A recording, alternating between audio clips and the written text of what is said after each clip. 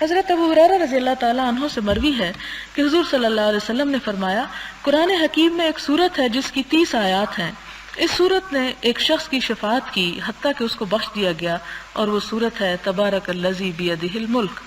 اور خاص طور پر اس کو رات کو پڑھنے کو کہا گیا کہ یہ عذاب قبر سے محفوظ رکھتی ہے۔ لیکن اسی صورت میں ہو سکتا ہے جب زبانی آتی ہو، ظاہر ہے کہ قرآن کھولنے کا تردد تو پھر کم ہی لوگ کریں گے، اور خصوصاً پھر اگر یہ کہا جائے کہ اب کون وضو کرے اور کون اسے پڑھے، تو کوشش کریں کہ یہ بھی چھوٹی سی صورت ہے، صرف 30 آیات ہیں، ایک روز کر لیں تو مہینے میں یاد ہو جائے گی، اور اسے آپ رات کو پڑھ سکتے ہیں۔ اسی طرح حضرت ابو مسعود رضی اللہ تعالی عنہ سے مروی ہے، حضور صلی اللہ علیہ وسلم نے فرمایا، جو شخص کسی رات کو سورۃ بقرہ کی آخری 2 آیات تلاوت کرے وہ اس کے لیے کافی ہیں، اور وہ ہے آمن الرسول بما انزل الیہ من ربہ سے۔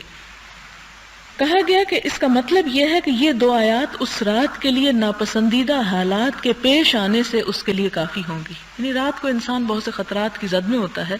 یہ آیات اس کی حفاظت کریں گی۔ اس کا مطلب یہ بھی بتایا گیا ہے کہ یہ آیات اس کے لیے رات کے قیام سے کفایت کریں گی، یعنی اگر وہ شخص رات کو تہجد نہیں پڑھ سکتا